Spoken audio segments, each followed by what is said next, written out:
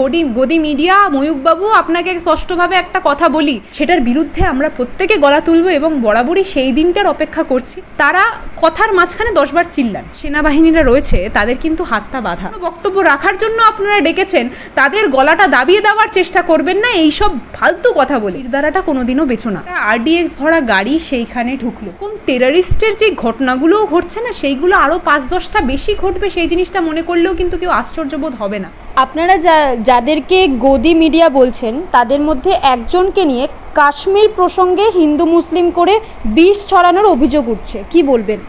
যে একজনের কথা বলছো সেটা কি বাই চান্স রিপাবলিক বাংলার ময়ূকবাবু? যাই হোক, আমি ময়ূকবাবুকে ধরেই না হয় এই কথাটা বলছি।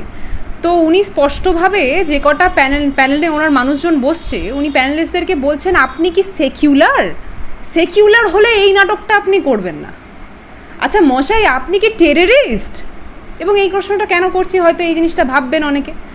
আসলে সেকুলার কথাটা আমাদের সংবিধানে উল্লেখিত, তো সংবিধানকে যিনি মান্যতা দেন না উনি হয়তো টেররিস্টই বটে, বা এই টেররিস্টের মনোভাবটা ওনার মধ্যে স্পষ্টভাবে ঢুকে আছে বলে উনি এই কথাটা একটা প্যানেলে বসে সেই চ্যানেলের সঞ্চালক হয়ে এই কথাগুলো বলতে পাচ্ছেন। এবং তার পাশাপাশি উনি কোনো যুক্তিসম্পূর্ণ কথা কোনোদিনই বলেছেন বলে আমার তো মনে পড়ছে না। উনি প্যানেলে বসে দেখি হাত পা নড়ান, উনি হয়তো সেখানে বসে ভারতনাট্যম শেখান প্রত্যেকটা মানুষজনকে, প্যানেলে যারা বসে আছেন। এবং খুব আশ্চর্যজনকভাবে যেই জিনিসটা আমরা মনে করি যে একটা জার্নালিস্টের কাজ, ওই কাজটা আমি ময়ূকবাবুকে আজীবন করতে দেখলাম না। উনি যে ওখানে কিভাবে গিয়ে বসে পড়লেন সেটা আমি জানি না।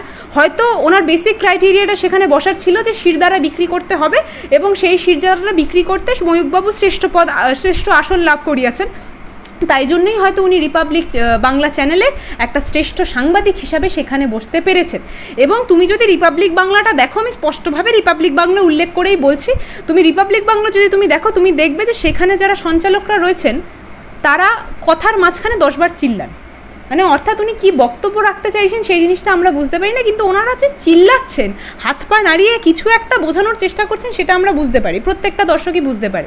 এবং খুব সুন্দরভাবেই যখন এই সেকুলার নিয়ে ওই চ্যানেলের একজন সাংবাদিক প্রশ্ন তুলছে, আমার মাথায় একটা জিনিস স্পষ্ট হয়ে দাঁড়িয়েছে যে মানুষ বা যারা সংবাদ মাধ্যমের সাথে যুক্ত আছো, তোমার থেকে শুরু করে যে প্রত্যেকটা জার্নালিস্ট রয়েছে, তাদেরকে একটা কথা বলতে পারি যে যাই করো আর তাই করো, শিরদাঁড়াটা কোনোদিনও বেছো না। কেন জানো? কারণ সাংবাদিকতাকে আমরা কিন্তু 4টে স্তম্ভের মধ্যে একটা স্তম্ভ বলি। সেই স্তম্ভ যদি ভেঙে যায় বা সেই স্তম্ভ যদি বিক্রি হয়ে যায়, তাহলে এরকম টেররিস্টের যে ঘটনাগুলোও ঘটছে না সেইগুলো আরও 5-10টা বেশি ঘটবে, সেই জিনিসটা মনে করলেও কিন্তু কেউ আশ্চর্যবোধ হবে না। কেন জানো? কারণ এই যেই ঘটনাটা ঘটেছে সেই ঘটনাটার পিছনে যে সেই প্রত্যেকটা মানুষের একটা অসফলতাও রয়েছে, সেটা কিন্তু কোনোদিনই ভুলে যাওয়ার বিষয় নয়। কারণ আমি বরাবরই একটা কথা বলছি যে এই বাড়ির সামনে যিনি চৌকিদার হিসাবে বসে রয়েছেন, সেই চৌকিদার সেই সময় যখন চোর ঢুকে এসছে আমার বাড়িতে তখন ঘুমাচ্ছিল কি না, এই প্রশ্নটা কিন্তু এই বাড়ির মালিককেই করতে হবে, অর্থাৎ প্রত্যেকটা জনগণকে করতে হবে। কারণ অবশেষে এই জিনিসটা দেখার বিষয় সেই দিনও ছিল, অর্থাৎ যখন পুলওয়ামা হয়েছিল তখন সেই প্রশ্নটা কতজন মানুষ তুলেছিল আমার ঠিক জানা নেই। কেউই হয়তো এই প্রশ্নটা জোর গলায় তুলতে পারেনি, হয়তো এই ভয়তেই যে তাদের গায়েতেও অ্যান্টি ন্যাশনালিস্টের তকমা লাগিয়ে দেওয়া হবে। এই প্রশ্নটা তোলা সেই দিন ভীষণভাবে দরকার ছিল যে কিভাবে একটা RDX ভরা গাড়ি সেইখানে ঢুকলো প্রেমিসিসের মধ্যে, যেটা হাই সিকিউরিটি জোন, সেই সিকিউরিটি জোনের মধ্যে একটা RDX ভরা গাড়ি সেই দিন ঢুকেছিল কিভাবে। সেইটার উত্তর যদি আজকে আমরা পেয়ে যেতাম তাহলে হয়তো এই উত্তরটাও জেনে নিতাম যে কিভাবে 4জন টেররিস্ট আমাদের ভারতবর্ষের কাশ্মীরের জায়গার মধ্যে ঢুকে, যেই জায়গাটা আবারও হাই সিকিউরিটি জোন, সেই জায়গার মধ্যে ঢুকে 26 থেকে 28 জনকে মেরে ফেললো। এবং মেরে খুব সুন্দরভাবেই পার্কে যেমন মানুষ ঘোরে, তাদের হাতে বন্দুক নিয়ে AK-47 নিয়ে তারা প্রত্যেকটা মানুষকে 50টা ফায়ারিং হয়েছে আমি যতটা খবর পেয়েছি, তার থেকে বেশিও হতে পারে, এতগুলো ফায়ারিং করে ঠিক যেমন পার্কে তারা ঘুরতে এসছে, ঘুরে ঘুরে আবার নিজের জায়গায় চলে গেলেন। খুব আশ্চর্য হলেও এখানে একটা প্রশ্ন করার বিষয় চলেই আসছে, অমিত শাহ যিনি স্বরাষ্ট্রমন্ত্রী রয়েছেন, উনি নিজের কাজে কতটা অসফল হলে এই জিনিসটা হতে পারে, এটা কিন্তু একটা বড় প্রশ্ন উঠে দাঁড়াচ্ছে।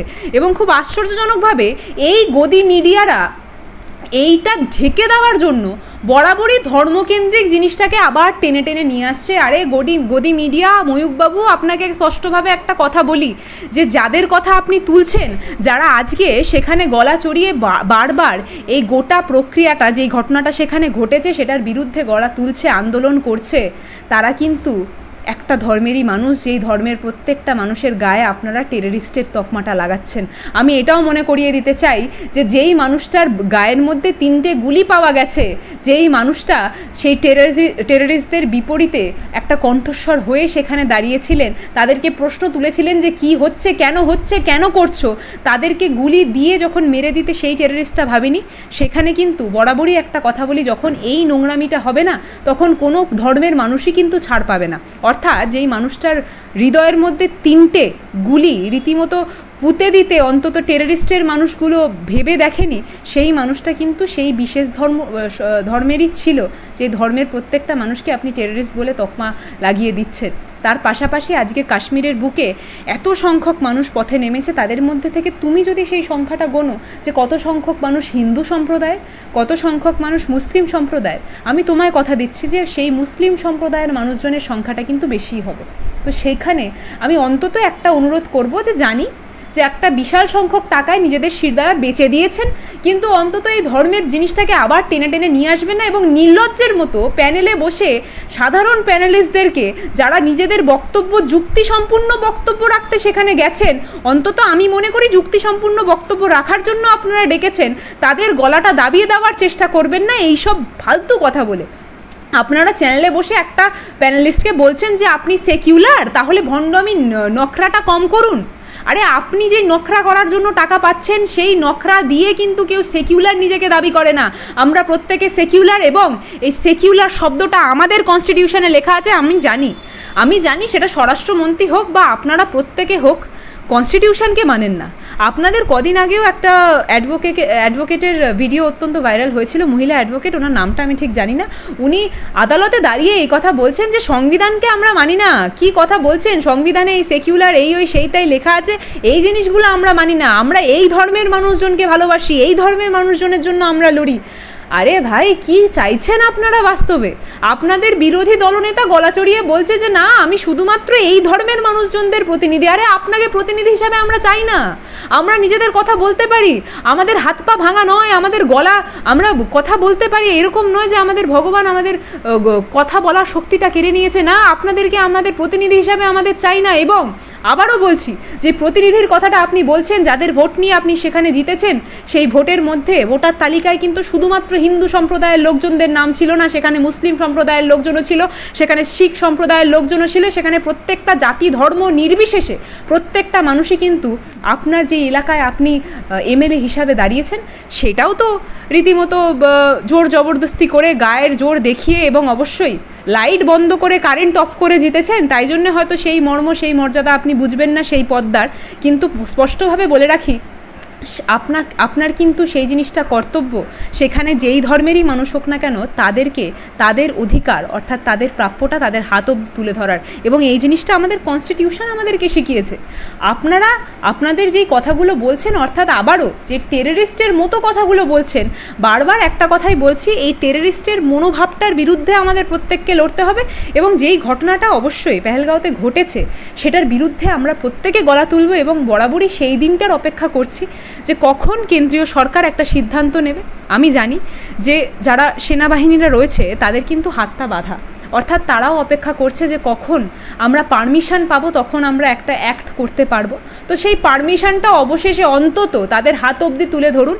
আমাদের সেই বিশ্বাস আছে সেই সেনাবাহিনীর উপর, যে অন্তত তারা কিন্তু এই গোটা জিনিসটার একদম স্পষ্ট কর্ম হিসাবে তাদের হাত অবধি সেই ফলটা তুলে ধরতে পারে, যারা এই নোংরামিটা করেছে।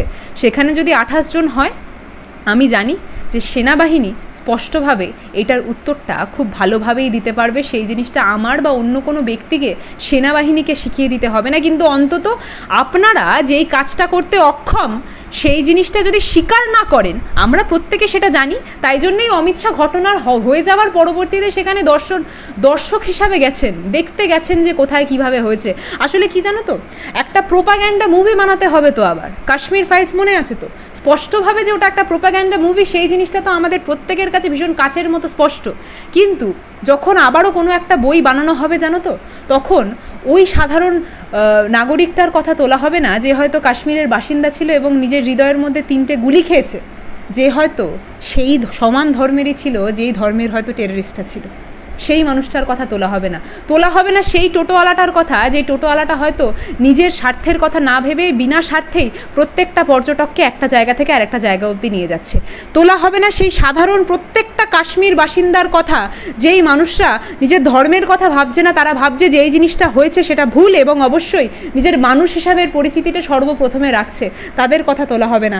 স্পষ্টভাবে আবারও কোনো একটা প্রোপাগ্যান্ডা বই ক্রিয়েট হবে, ঠিক কদিন পরেই দেখবেন, এই 1 বছরের মধ্যেই দেখতে পারবেন, এইটুকুনি আমি কথা দিলাম। এবং এই জিনিসগুলো ঢেকে দেওয়া হবে স্পষ্টভাবে। আবারও ধর্ম নিয়ে টানাটানি করে রাজনীতি করা হবে। কোনো এক ধর্মের মানুষ টেররিস্ট হয় না। টেররিস্ট মনোভাবের যেই মানুষগুলো গড়ে উঠছে, সেই মানুষগুলোকে সেই রুট থেকে কেটে ফেলতে হবে। এই জিনিসটা আমাদেরকে শিখতে হবে অন্তত এবার। যেই জিনিসটা আপনারা এতদিন বলে গেছেন, অর্থাৎ আমাদের ভারতবর্ষ সুখে আছে, ভালো আছে, শান্তিতে আছে, কাশ্মীরে আমরা টেররিস্টদের কোমর ভেঙে দিয়েছি, বাস্তবে ভাঙুন। আমরা সেটার জন্য অপেক্ষায় আছি, আমরা সেটা দেখতে চাই। সেই ক্ষমতা দেখান। সেই ক্ষমতা যদি না থাকে, তাহলে অন্তত একটা কথা বলবো, স্বরাষ্ট্রমন্ত্রী আপনি নিজের পদ থেকে পদত্যাগ করুন। কারণ যেই জিনিসটা আপনার থাকাকালীন হচ্ছে, এই জিনিসটা কিন্তু ইতিহাস বা ভবিষ্যতে কেউই দেখেনি বা দেখতে চাইবেও না। একটার পর একটা ঘটনা মোদিজির আমলে কতগুলো এরকম টেররিস্ট অ্যাটাক ঘটেছে, আপনি জাস্ট লিস্ট করে দেখে আপনাদের সকল দর্শককে একবার দেখান, তাহলেই বুঝতে পারবে যে তাদের কর্মক্ষেত্রে তারা কতটা সফল বা কতটা বিফল, অর্থাৎ কতটা ব্যর্থ, সেই জিনিসটাও কিন্তু উঠে আসবে। আমি বারবার একটা কথা বলছি যে আমরা বাড়িতে কতটা, আমাদের বাড়ির সামনে যিনি সিকিউরিটি গার্ড রয়েছেন, যিনি চৌকিদার বলে সেই জায়গাটায় বসেছেন, সেই চৌকিদার আদৌ কি কতটা সফল নিজের কাছে, সেটাও এবার দেখার বিষয়। কাজী নজরুল ইসলামের একটি লাইন, একই বৃন্তে দুটি কুসুম, এই লাইনটি নিয়ে ব্যঙ্গ করছেন গদি মিডিয়ারা, কি বলবেন? গদি মিডিয়ার কথা তো আমি স্পষ্টভাবে আগেই বলে দিলাম যে ওরা ব্যঙ্গ করা ছাড়া আর কিছুই জানে না। একটা বিশাল অংশ টাকা নিজের পকেটে ঢুকেছে, এবার নিজের সেন্স সব কিছু আমি বিসর্জন দিয়ে, অর্থাৎ গঙ্গা জলে বিসর্জন, আমি গঙ্গায় বিসর্জন উনি দিয়ে এসছেন। এবার ওনাদেরকে একটা কাজ করে যেতে হবে, সেটা হচ্ছে যেটা মোদিবাবু বলবেন বা যেই প্রোপাগ্যান্ডাটা ক্রিয়েট হবে, সেই জিনিসটাকে একটু ভাস্টভাবে ছড়িয়ে দেওয়ার কাজটার খুব সুন্দরভাবেই দায়িত্ব নিয়ে নিয়েছে এই প্রত্যেকটা গদি মিডিয়ার চ্যানেলগুলো। এবং তাই জন্যেই ঠিক কদিন আগের ঘটনা, আমি আশা করছি যে তোমারও মনে থাকবে, তোমার চ্যানেলের প্রত্যেকটা দর্শকেরও মনে থাকবে, যে একটা মিথ্যা প্রচার হয়েছিল যখন মুর্শিদাবাদের ঘটনাটাও ঘটে। সেটা একদম টাটকা ঘটনা। আমি আবারও মনে করিয়ে দিতে চাই যে 9টা ফটো প্রদান করা হয়েছিল বিজেপির যে মূল অ্যাকাউন্ট রয়েছে টুইটার হ্যান্ডেল, সেখান থেকে, এবং সেই জিনিসটা টুইট করেছিলেন, নিজেও পোস্ট করেছিলেন সুকান্ত মজুমদার এবং তার পাশাপাশি বিজেপির বিভিন্ন নেতৃত্বরা। সেই জিনিসটা ছড়িয়েছিল কিভাবে জানো? কিছু গদি মিডিয়ার দ্বারা।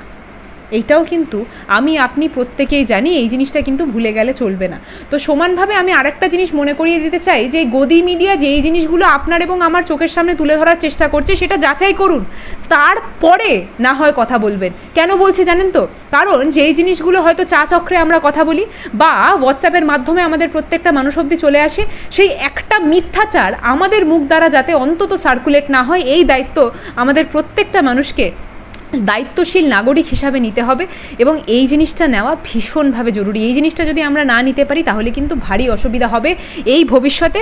কারণ না হলে ভবিষ্যতে আমরা শুধু এটাই দেখব যে কেউ একজন আছে দিন বলে আমাদেরকে টুপি পরিয়ে সেই জায়গায় বসে আছেন বা সেই জায়গাটা ধরে রয়েছেন, কিন্তু দিন শেষে একটার পর একটা এরকম টেররিস্ট অ্যাটাক হবে এবং ওই 28 জন, 30 জন, 35 জন, সেই সংখ্যাটা আস্তে আস্তে বাড়তে থাকবে এবং আমরা চাইবো না যে সেই জায়গায় আমার আপনার কোনো এক প্রিয়জন থাকুক। কিন্তু বিজেপি যদি এরকম কেন্দ্রে এইভাবে কাজ করে, সেই জিনিসটা হয়তো আগামী দিনে আমাদেরকে দেখতে হবে, যেটা আমরা বাস্তবে দেখতে চাই না।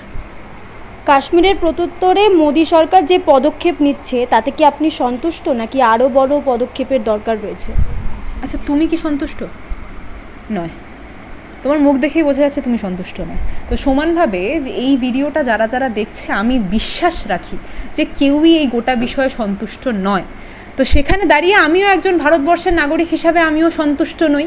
আমি স্বাভাবিকভাবে চাই যে যেই জিনিসটা ওরা করেছে সেটার স্পষ্ট উত্তর যাতে ওরা পায়, এবং সমানভাবে আমরা দেখতে চাই যে যেই রক্তটা হয়তো আমাদের এই মাটিতে আমাদের প্রিয়জনের বেরিয়েছে, আমি হয়তো এই জিনিসটা বলতে পারবো না যে ওদেরও বেরাক, কিন্তু স্পষ্টভাবে আমি একটা জিনিস বলতে চাই যে এই গোটা কর্মের ফলটা ওদের হাত পর্যন্ত তুলে ধরার দায়িত্বটা আমাদের এই সরকার, বা অন্তত এই সরকার একটা বেসিক পারমিশন প্রদান করে সেই ক্ষমতাটা দেখাক, আমরা সেই জিনিসটা দেখতে চাই। আমি সন্তুষ্ট ব্যক্তিগতভাবে নই, এবং আমি বিশ্বাস রাখি আপনার চ্যানেলের প্রত্যেকটা দর্শক বা আপনি নিজে কেউই এই গোটা বিষয়ে সন্তুষ্ট নয়। আমরা প্রত্যেকে চাই যে ইটের জবাবটা কিন্তু এবার পাথর সে দেনা পড়েগা, না হলে কিন্তু ওই মিথ্যা জিনিসটা, যেই জিনিসটা ওই হাম আচ্ছে হে করে করেই চলে যাবে, এবং একটার পর একটা 28-এর সংখ্যাটা বাড়তে বাড়তে 38, এবং তারপরে আরও বেশি সংখ্যায় পরিণত হবে। সেই দিনটা আমরা দেখতে চাই না। আমরা বাস্তবে দেখতে চাই যে আমাদের বাড়িতে কেউ পা রাখার আগেও যাতে 10 বার ভাবে, সেই দিনটা আমরা চাই, সেই শাস্তিটা যাতে ওরা পাক।